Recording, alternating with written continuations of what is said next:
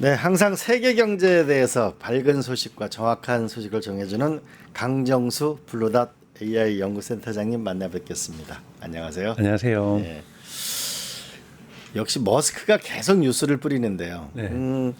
2020년 이후 처음으로 공개 시장에 1조 4천억 규모의 테슬라 주식을 자사주를 매입했습니다. 네. 이 역대급의 자사주 매입, 네. 이 내용은 왜 그럴까요? 우선 뭐 실용적인 이유가 있는 거고요. 그리고 또 하나는 뭐 여러분도 지금 아시는 것처럼 경영진의 자신감을 표현해주는 스토리라고 볼 수가 있겠죠. 실질적인 이유는 11월 달에 있을 예정되고 있는 주주총회에서 이 안건들이 한 18개가 지금 처리될 예정인데요. 11월 달에 주주총회가 있는가요? 네네. 그런데 거기에서 지금 요렇게 이번에 10억 달러, 지금 말씀하셨던 1조 4천억 달러를 구매함으로써 일론 머스크가 이제 총 지분의 15%를 가지게 됩니다. 이제 15%를 가지게 돼서 나머지 주주들의 동의를 얻어내면서 이 주주총회에서 이 안건이 통과해야 된다는 강력한 메시지를 주주들에게 전해주는 것이고요. 두 번째는 전체적으로 이제는 테슬라가 침체 국면을 벗어나서 상승 궤도를 타기 시작한다는 경영진의 자신감을 본인의 직접적인 자사주 매입에 의해서 보여줬다고 볼 수가 있습니다. 이번에 이 또 통과되는 것 중에서 가장 중요한 거 여러 가지가 있는데 하나가 바로 일론 머스크의 2035년까지의 조건부 보상안이죠. 무려 1천조 원. 예, 1조 달러를 줄 수 있는 여러분 뭐 대단히 크다고 볼 수가 있는데요. 그 주식을 주게 되면은 약 전문가들의 계산에 따르면 17.5%의 기존 주주들의 희석이 발생하기 때문에 손해를 볼 수 있습니다. 그거는 주가가 현재 상태에 유지될 때겠죠. 근데 만약에 일론 머스크가 그 2035년까지 그 목표를 다룬다라면 주가는 적게는 20%에서 20배에서 많게는 40배가 상승할 수 있는 거기 때문에 17.5%의 주가가 희석되더라도 현 주주들에게는 어마어마한 이익이라고 볼 수가 있는 거죠. 이 안이 이번에 통과가 돼야 되고요. 그리고 또 하나는 두 번째로 큰 거 두 가지가 가장 큰데 이 보상안하고 두 번째는 X.AI에 대한 투자입니다. 지금 X.AI는 일론 머스크로 연결되어 있지만 여기서 그록이라는 걸 만들고 있고요. 지금 그록이라는 것은 지금 챗GPT하고 경쟁하는 서비스고요. 구글의 제미나이하고 경쟁하는 서비스고 지금 그록 4까지 나와 있는 상태고 이제 올해 말이나 내년 초에 그록 5가 예고되고 있는데요. 이것이 지금 테슬라의 차량에 들어가서 소프트웨어에서 인간과 대화하는 이런 부분을 들어가고 있고 또한 앞으로 곧 나오게 될 그 테슬라의 휴머노이드 로봇인 옵티머스에도 이 대화하는 로봇이 들어가게 됩니다. 아직까지는 대화하는 수준이지만 가장 중요하게는 여러분들이 한번 상상을 해보셔야 될 것들은 뭐냐면 이런 걸 스피치 투 액션이라고 하는데요. 스피치 투 액션. 제가 말을 했을 때 그 말대고 지금은 대화하는 수준이지만 그대로 행동해야죠. 제가 말을 해서 저기에 있는 것을 저 차를 끓여서 나한테 가지고 와. 너 저 망치를 들고 나한테 와. 여기 가서 이 망치를 들고 저기서 못질을 몇 번 해. 반응하는 거네 쉽게. 그렇죠. 제가 말을 했을 때 그것을 명령으로 인지하고 근데 옆에 있는 사람은 말을 들어서는 안 되는 사람인데 예를 들면 이광재 교수님이 거기서 얘기를 해요. 근데 로봇이 막 들고 막 행동하면 안 되는 거거든요. 그래서 사람의 목소리까지 구별해내면서 이것이 액션을 하는 것. 차량을 운전하다가도 자율주행을 가더라도 갑자기 형네 집에 가는데 와인을 하나 사가면은 형수님이 좋아할 것 같다는 생각이 들었어요. 그러면 형수님이 좋아하는 와인이 뭐가 있는데 너가 검색해봐서 요 정도 가격대에 와인집에 들렸다 가자. 이렇게 얘기를 하게 되면 자율주행을 가더라도 스피치 투 액션. 이 액션을 구상하기에는 이 언어 모델이 필요한데요. 지금까지 테슬라가 했던 것은 자율주행 자율주행 자동차라든지 자율적으로 움직일 수 있는 로봇은 했었어도 이 언어적인 부분은 연구를 하지 않았었거든요. 이것은 X.AI가 가지고 있습니다. 그래서 이 X.AI가 가지고 있는 그록이라는 모델을 테슬라에 가져오기 위해서는 지분 투자를 어느 정도 할 필요가 있다는 것이 주주들의 생각인 거고 이 부분도 이번 11월 달에 있을 주주총회에서 결정될 거라고 보고 있습니다. 그러니까 핵심적인 건 이런 거겠네. 그러니까 일론 머스크를 잡아야 된다. 네. 자사주를 매입해서 결국은 1천조라는 보상안을 통과시키는 거 하나. 네. 이 머스크를 잡는다. 1번. 그럼 넥스트가 뭐냐라는 거 여태까지는 좀 전기차도 부진하고 로보택시도 좀 안정성 문제가 있었는데 결국은 핵심적인 게 보면은 결국은 그록이라는 말을 하게 되면 액션을 하게 되는 이거를 장착하는 새로운 미래로 가는 거네 결국. 그렇죠. 결국은 휴머노이드 로봇과 로봇 택시에서 로봇 택시도 일종의 로봇이니까요. 결국은 테슬라는 로봇으로 가기 위한 모든 방향성들을 가지고 있는 것이고 기본적으로 로봇 회사로 간다. 그렇죠. 그거를 위해서는 AI가 필요하다는 거고 물론 테슬라는 원래부터 이 엔지니어링이라든지 이런 하드웨어 프로덕트 그러니까 생산에도 대단히 능했었고 이것을 다 수직 계열화했었죠. 수직 계열화라고 한다는 것은 뭐냐면 들어가는 부품들을 많이 본인들이 직접 생산하고 있다는 거예요. 예를 들면 여러분 모델 Y에 들어가 있는 의자 보통 의자 같은 경우 외주 업체에서 아웃소싱을 하죠. 예. 테슬라는 의자도 자신들이 만들고 그러니까 이 좌석 의자도 만들고 있는 정도로 이 수직 통합을 많이 되어 있는데요. 예. 이번에 이제 논쟁이 되고 있는 것이 내년도로 생산될 이제 휴머노이드의 그 옵티머스의 3세대 버전에 지금 가장 큰 문제가 이 여러분 엄청나게 여기도 히토리도 들어가고 모터가 엄청나게 들어갑니다. 로봇에는. 왜냐하면 그렇죠. 로봇이 많이 들어가. 네네. 모터가 많이 들어가죠. 네, 그걸 이제 작동하니까. 네네. 액추에이터라고 얘기를 하는데요.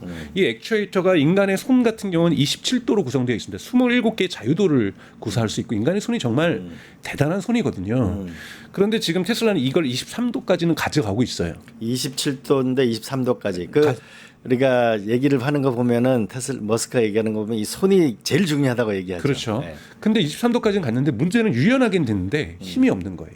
이 잡는 힘. 예, 왜냐하면 그래서 여러분 지금 LA에 있는 다이너 그 식당에 가보면은 팝콘을 날라주잖아요. 예. 가볍거든요. 아. 그리고 청소하는 여러분 보셨을 거예요. 청소하는 로봇이 청소하는 옵티머스 보는데 대단히 얇은 가벼운 걸 들고 하는 거고 아, 이게 쓰레기를 치우는 것도 되게 가벼운 비닐봉지를 듭니다. 아, 이게 27도인데 25도까지 손가락은 만들었는데 아직 이게 이 힘이나 이게 아직 그렇죠. 힘을 주게 되면은 지금 흔히 말하는 이 발열이 발생해서 뜨거워진다라는 거예요. 그래서 수명이 오래가지 못한다라는 거죠. 근데 뭐 1년마다 고쳤어야 될 손이라면 안 되는 거잖아요. 상용화할 수 있는. 그러니 이 부분을 지금까지는 외부 업체에서 공급을 받았는데 우리 그거 안 되겠어서 우리가 직접 지금 만들고 있다. 알겠습니다. 이런 식으로 지금 가고 있다고 볼 수 있습니다. 그러면 테슬라를 이끌 차세대 미래 사업이 뭐다라고 한마디로 하면 뭘까요? 그건 저는 휴머노이드 옵티머스라고 봅니다. 이것은 여러분들이 보셔야 될 것은 인류사에 없었던 가장 큰 자본주의가 태생하고 나서 사실은 우리는 여러분 경제학에서 우리가 원론에서 배울 때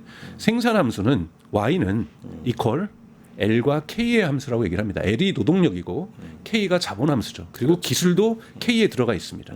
K에 대한 발전이 생산성을 높여냈던 거죠. 왜냐하면 이 K가 발전하면 K 옆에 있는 L도 같이 생산성이 높아지는데 L은 증가할 수 없습니다. 노동이라는 게 한계가 있다는 거죠. 그렇죠. 노동 시간도 한계가 있고 노동력도 한국 사회가 노동력을 1억 명으로 끌어올릴 수는 없죠. 전체 인구가 5천만 명밖에 안 되니까요. 근데 여러분 한번 생각해 보십시오. 이 L에 대한 한계가 사라진다 그러고.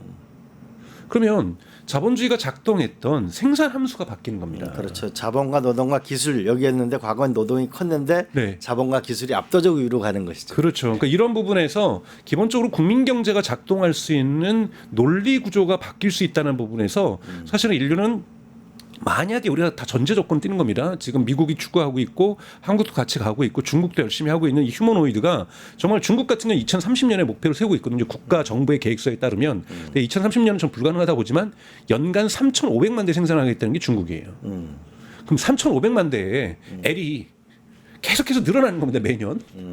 이것이 뭐 몇 년 되면 1억이 되는 거고 2억이 되는 거잖아요. 그러니까 이러한 경제 국면은 인류가 한 번도 진입해보지 못했던 경제 국면이라고 볼 수 있습니다.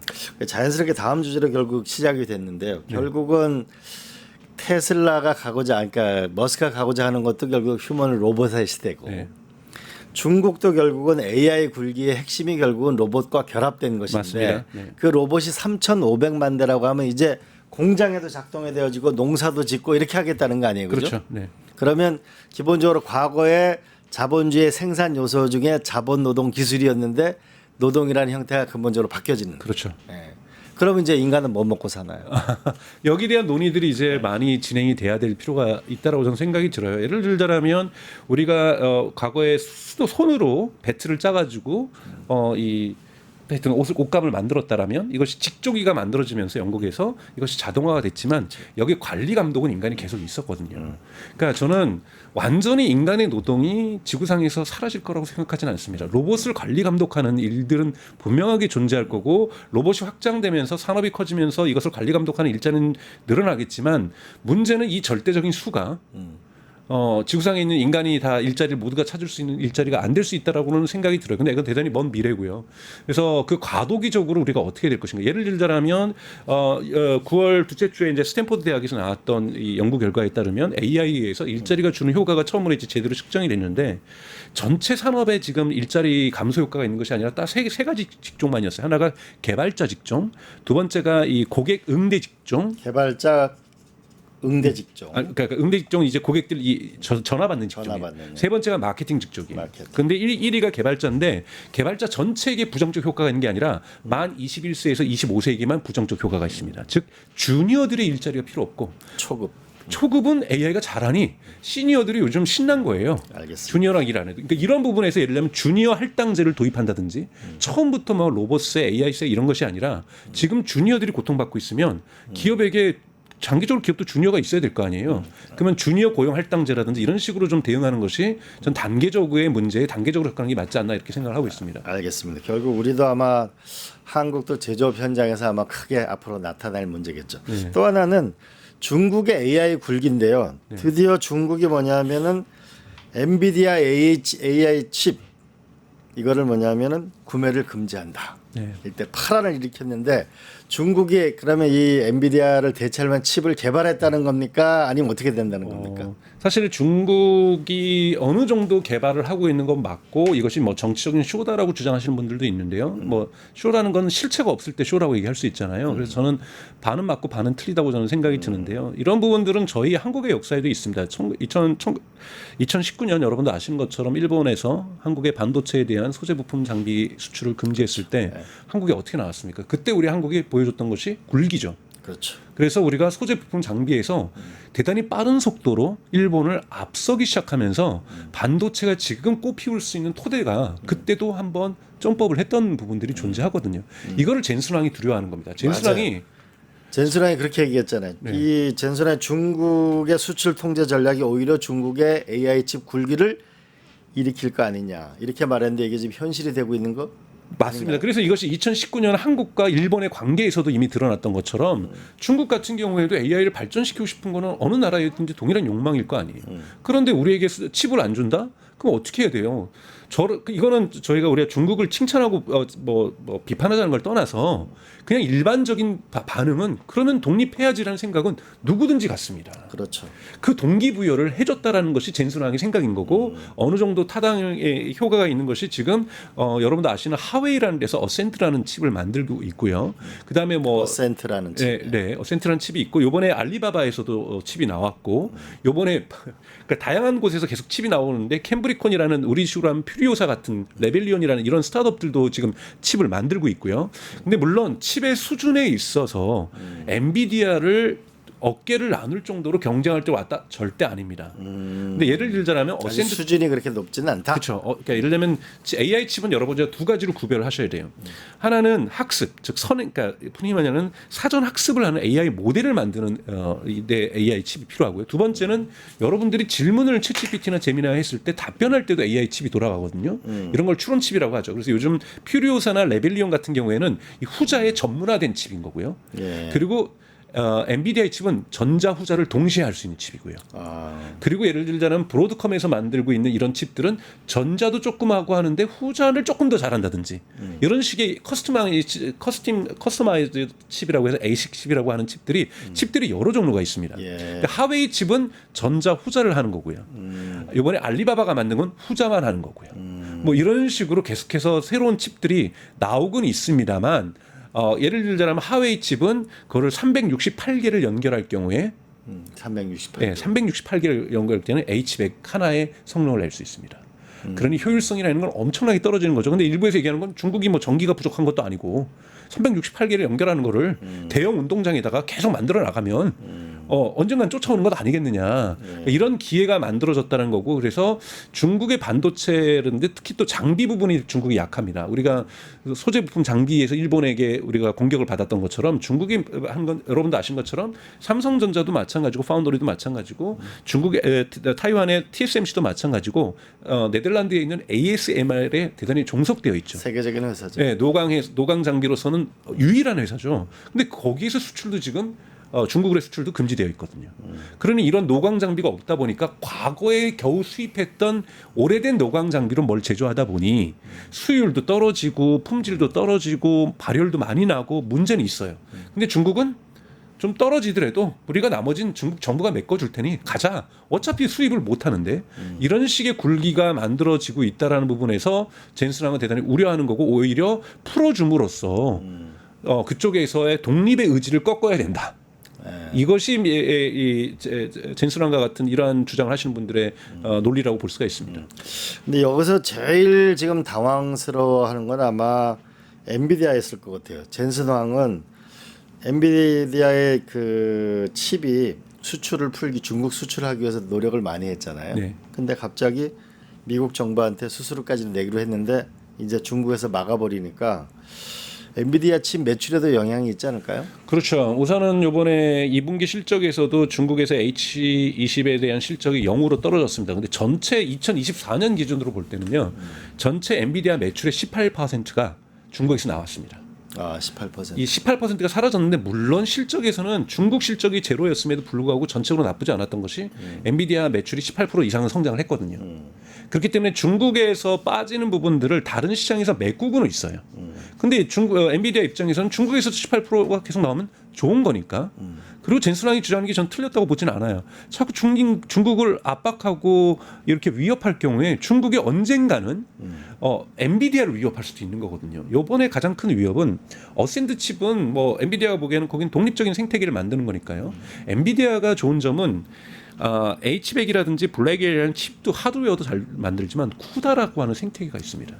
작동시키는 거. 네, 소프트웨어. 즉 칩을 100개를 연결하고 10,000개를 연결하고 10만 개를 연결하면요. 10만 개를 연결했을 때 1부터 100개까지는 어떤 기능을 주고 101번부터는 200개까지는 어떤 기능을 주고 이거를 쿠다에서 다 조절하는 거거든요. 그렇기 때문에 쿠다 생태계가 압도적으로 엔비디아의 성장을 뒷받침해 주고 있는데 이번에 알리바바가 내놨던 추론 칩은 그 엔비디아 칩과 알리바바 칩을 섞어 써도 쿠다에서 작동이 되는 겁니다. 그러니까 이런 것들이 위협인 거죠. 그러면 이거는 수출할 수 있는 그건 거고. 완전 혁신이라고 볼 수 있는. 그렇죠. 그러니까 즉 쿠다 생태계에 들어갈 수 있는 칩을 만들었다라는 것. 그렇게 되면은 이거는 만약 엔비디아 칩보다 추론칩이 싸다. 사실 우리 퓨리오사한테나 레벨리온에도 경쟁사가 되는 거죠. 해외에 예를 들면 다른 국가들한테 이거 저렴하게 쓸 수 있고 여러분들이 쓰는 엔비디아 데이터 센터에 이거 같이 집어도 돼요. 이렇게 나올 수가 있다라는 거죠. 그건 굉장히 혁신적인 건데. 그렇습니다. 그러면 이랬을 경우에 한국의 반도체에 어떤 영향을 미치죠? 그러니까 한국도 지금 사실은 퓨리오사나 레벨리온 같은 경우에는 독립적 길을 가고 있거든요. 사실 더 좋은 거는 엔비디아 데이터 센터에 들어갈 수 있으면 더 좋습니다. 왜냐하면 엔비디아가 이미 전 세계 시장에 많은 부분을 장악하고 있는데 여기에서 독립적으로 퓨리오사를 사게 됐을 경우에 퓨리오사의 힘든 점 뭐냐면 저길 위해서 소프트웨어 네트워크 솔루션이 쿠다 같은 게 또 있어야 되는 거예요. 예. 결국 그게 소프트웨어가 작동되려면. 그렇죠. 그런데 이것이 상호 호환성이라고 얘기를 하잖아요. 상호 호환성을 엔비디아하고 맞춰버리면 보안제로 들어갈 수 있는 겁니다. 이번에 오픈 AI가 브로드컴에다가 1,000억 달러 엄청나게 큰 거죠. 그것 때문에 브로드컴의 주가가 뛰었던 거죠. 왜냐하면 오픈 AI가 그렇게 1,000억 달러에 거기를 줬던 건 이유는 지금 오픈 AI는 학습하는데 즉 GPT-4.5에서 GPT-5 그리고 앞으로 나올 GPT-6까지 만드는 데는 엔비디아 칩이 반드시 필요합니다. 근데 강정수가 광화문에서 맛집 물어보고 답변하는 거에는 굳이 엔비디아 칩을 쓰지 않아도 되거든요. 여기에는 흔히 말하는 A식이라고 하는 또는 여기에 퓨리오사를 쓰면 좋은 거죠. 근데 만약에 그 회사가 데이터 센터 오픈 AI 입장에서는 우리가 이렇게 데이터 센터에 엔비디아 칩을 10만 개 있는데 여기다 3만 개를 더 추가하고 싶은데 여긴 별도의 생태계면 뭔가 불편하고 효율성이 떨어질 수 있는 거죠. 이런 부분에서 저는 적극적으로 사실 쿠다 생태계에 들어가려는 노력이 대단히 중요한데 이번에 알리바바가 그걸 했다라는 부분에서 엔비디아가 대단히 위협적으로 느끼고 있다라는 겁니다. 그렇군요. 우리도 그 쿠다에 들어갈 수 있는 그 시스템을 마련하는 게 중요하겠네, 그죠? 그러니까 독립적인 길도 가야 되지만 물론이죠. 예. 근데 삼성전자가 8만 원을 넘으면서 이거 왜 이런 일이 생길까 앞으로 더 오를까 이런 건 왜 그렇게 되는 걸까요? 제가 주식 전문가는 아닙니다만 삼성전자는 지금 기대치죠. 사실은 펀다멘탈과 테슬라도 마찬가지죠. 휴머노이드 로봇이 곧 나올 것 같고 로보틱시가 더욱더 확장하다 보니 기대치 거기에 대한 증거로서 일론 머스크가 스토리를 만들어준 거죠. 내가 10억 달러어치를 주가를 산다. 그리고 보상 체계를 보면은 우리 회사가 정말 8조 달러가 넘는 회사가 될 거다. 이런 식의 스토리를 만들어주면서 사람들이 기대치가 성장하면서 주가가 오르는 게 맞습니다. 삼성전자도 파운더리 부분에서 테슬라랑 같이 협력을 한다더라. 여기에 애플이 또 들어왔다더라.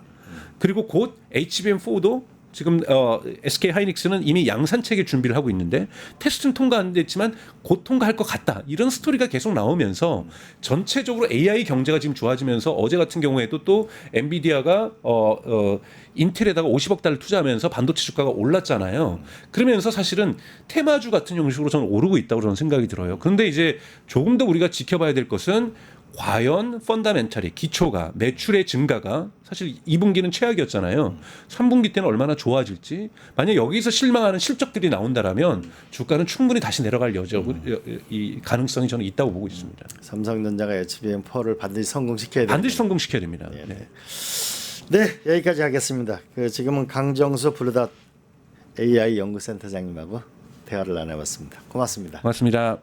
유튜브 구독하고 실시간 채팅과 댓글을 남기시면 매일매일 7천 TTCO를 드립니다. 참여 방법은 통통물 어플을 다운로드하고 회원가입과 로그인을 해주세요. 마이페이지에서 나의 회원 고유 번호를 복사해주세요. 유튜브 구독 후 실시간 채팅이나 댓글창에 고유 번호를 한 번만 입력하면 준비 끝! 지금 유튜브 채팅과 댓글 쓰기 참여하고 실천 TTCO 받아가세요.